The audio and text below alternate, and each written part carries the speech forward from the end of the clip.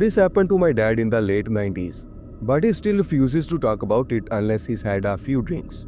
He was driving solo from Phoenix to Albuquerque on Highway 60, a desolate stretch of desert road. It was past midnight, no cell service, no towns for miles, just scrubland and shadows under the moonlight. Around 2 a.m., his headlights caught something in the road. A man in a brown suit, standing perfectly still, staring dead ahead. Dad slammed the brakes, skidding to a stop about 10 feet from him. The guy didn't flinch. No car in sight, no bag, no explanation. Just a man in a suit in the middle of nowhere. Dad rolled down his window, yelling, "You okay? Need help?" But no response. The man turned his head slowly like a robot and smiled. Not a normal smile. His mouth stretched too wide, lips thin as paper. Dad said his eyes were pitch black, like someone scooped out the pupils. He threw the car into reverse, but the engine died. Complete silence, no dashboard lights, no radio static. The man started walking toward the driver's side, each step unnaturally jerky, like his joints didn't bend right. Dad tried the ignition again, but nothing. The man was inches from the window now, still smiling. Then out of nowhere, headlights appeared over the horizon. A semi-truck came roaring down the highway. The man in the suit wiped his head toward it, let out a guttural screech, and bolted into the desert. Not ran, more like scampered, arms and legs flailing like a spider. The truck blew past and Dad's engine suddenly roared back to life. He floored it, shaking so hard he almost veered off the road. When he finally hit a gas station at sunrise, the attendant looked at him like he had seen a ghost. Dad asked if anyone else had reported a man in a suit. The attendant went pale and said, "You are the third this month. They always find the cars abandoned later, engines fried, doors left open." Dad sold his car the next week. To this day, he swears he smelled something rotten when that thing got close like a meat left in the sun.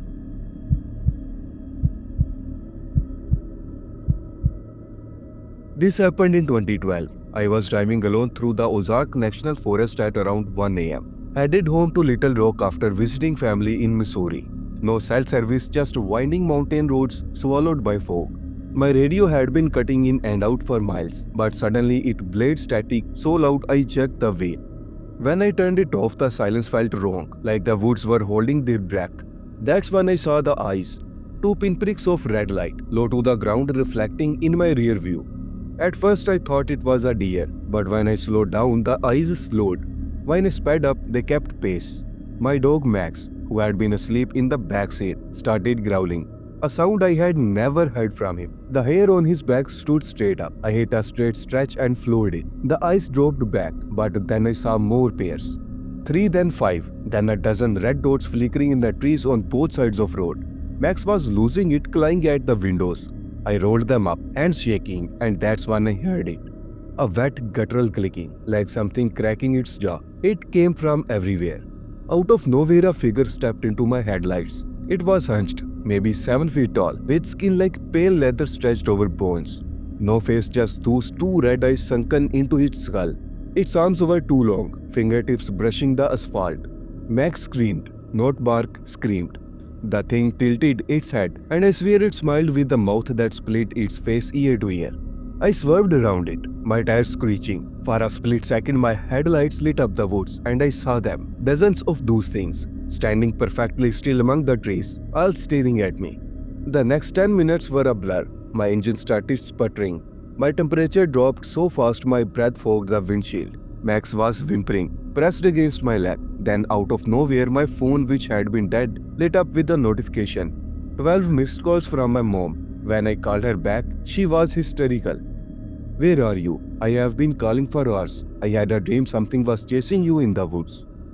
I finally hit a gas station at dawn. The clerk took one look at me and said, "You came from the mountain road. You are lucky. They have been finding cars up there, empty, with the doors ripped clean off." When I got home, I found 5 deep claw marks gouged into my rear bumper. Max still wakes up howling at nothing.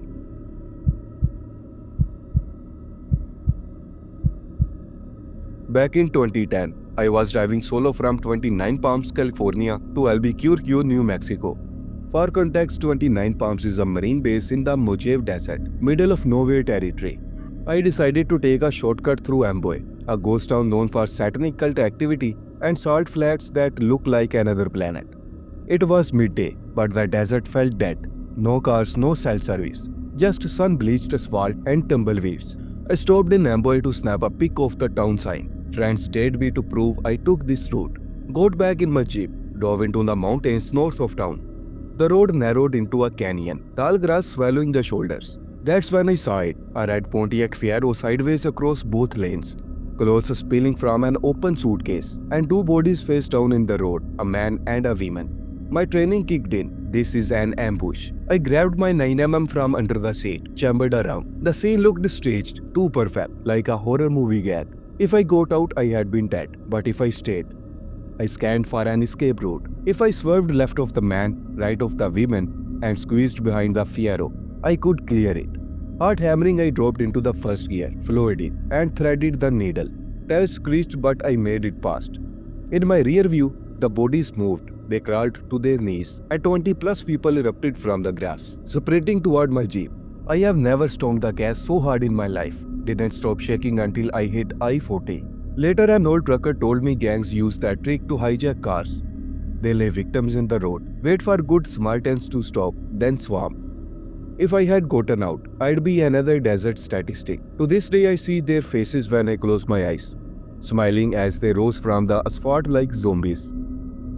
So guys, this was the video. Don't forget to like and subscribe as well.